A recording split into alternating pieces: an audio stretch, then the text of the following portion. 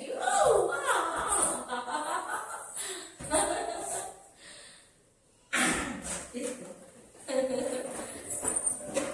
Welcome to library period. Purna children. Welcome to library period. Jamal. Welcome. Children. Good morning, teacher. ఈ రోజు మనం library period లో భాగంగా ఒక చక్కని కథ చెప్పుకుందామా? టీచర్. మీరందరూ వింటారా శ్రద్ధగా మరి? టీచర్. నాకు నచ్చిన కథ నేను ఈ రోజు చెప్తాను. ఓకేనా? మీకు నచ్చిన కథ మీరు రేపు చెప్పాలి.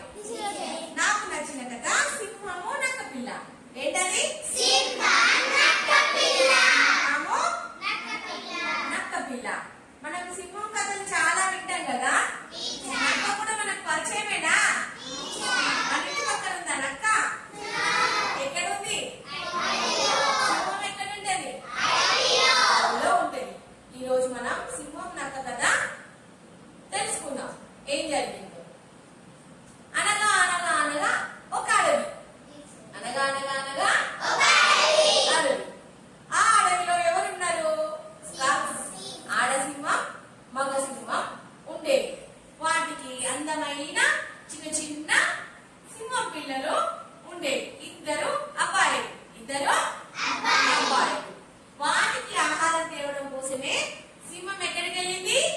అడవికి వేటకు వెళ్ళింది. ఎవరైనా వాళ్ళు ఏం తింటాయి? మామూలుగా సింహం ఏం తింటారు కదా? నాన్ వెజ్ కదా? ఏం తింటాయి? మెల్లిగా పెట్టిపోయి పిల్లల్ని కాపాడుకోవాలి కదా, ఫుడ్ పెట్టాలి కదా. వెళ్ళింది ఎక్కడ ఆహారం దొరుకుతుందా అని వెళ్ళేసరికి ఏం దొరికింది మరి? నక్క దొరికింది. ఏం దొరికింది? పాపం ఈ రోజు నక్క బలైపోయింది. సింహంకి నక్క బలైపోయింది. ఇంటికి తీసుకొచ్చింది నక్కని. ఎక్కడ తీసుకొచ్చింది? ఆ చిన్న నక్క పిల్లని చూసేసరికి ఆడసింహానికి ఆహారంగా పెట్టాలనిపించలే. తమ పిల్లలకి ఆహారంగా పెట్టాలనిపించలే. తల్లి మనసు కదా, తల్లికి పిల్లలందరూ ఒకటే కదా. పిల్లల జాతి ఉంటదా? ఈ సింహము నక్క తోడేలు కుందేలు ఉంటదా తల్లికి? ఉండదు. మగ సింహానికి అట్లా లేదు. కానీ ఆడసింహానికి ఏమనిపించింది? ఇది కూడా నా పిల్లల లాగానే ఉందని జాలి పడి ఏం చేసింది? ఇడిచిపెట్టలేదు. ఇడిచిపెట్టిందా? తమ సింహం పిల్లలతోనే నక్కని కూడా గారాబంగా పెంచింది. ప్రేమగా గారాబంగా పెంచింది. అవి ఆ నక్క కూడా ఆ సింహం పిల్లలని అన్నలే అనుకుంది.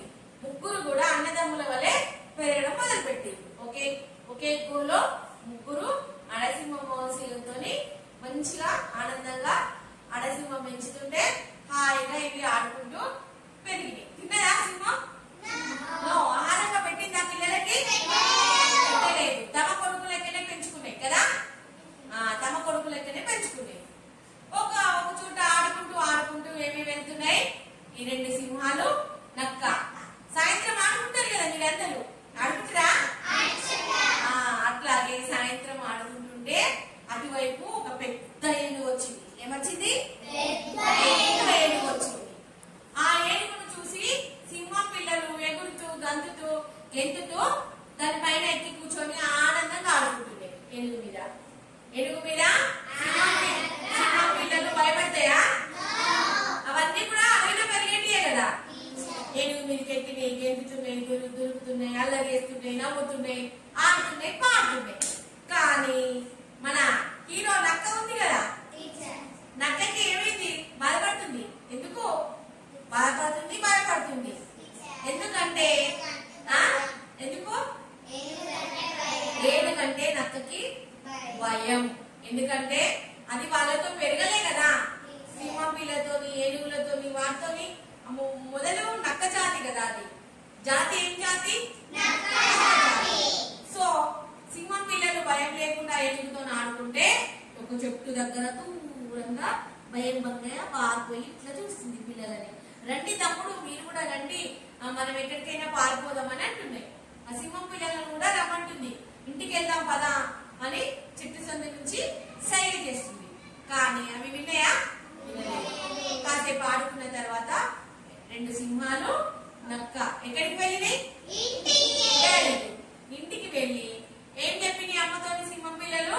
అమ్మ అమ్మ నక్క తమ్ముడు ఏనుగు మీద ఎక్కడానికి భయపడ్డాడు, ఏనుగుతో ఫ్రెండ్షిప్ చేయడానికి భయపడ్డాడు, దూరంగా ఉండే చెట్టు దగ్గర చాపుకున్నాడు అని చెప్పింది.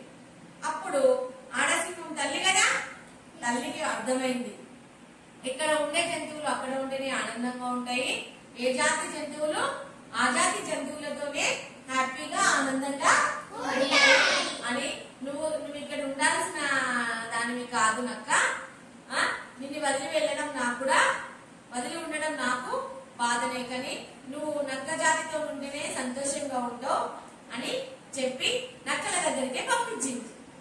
నక్క కూడా సంతోషంగా వీళ్ళకి వీడుకోలు చెప్పి వాళ్ళ ఫ్యామిలీ దగ్గరికి ఎవరు వెళ్ళిండ్రు? వెళ్ళిండ్రు. దీన్ని బట్టి అర్థమైంది ఏంటిది? ఎవరు ఎక్కడ ఉండాలో అక్కడే ఉండాలి. ఏ జంతువు యొక్క లక్షణం, ఏ జాతి యొక్క లక్షణం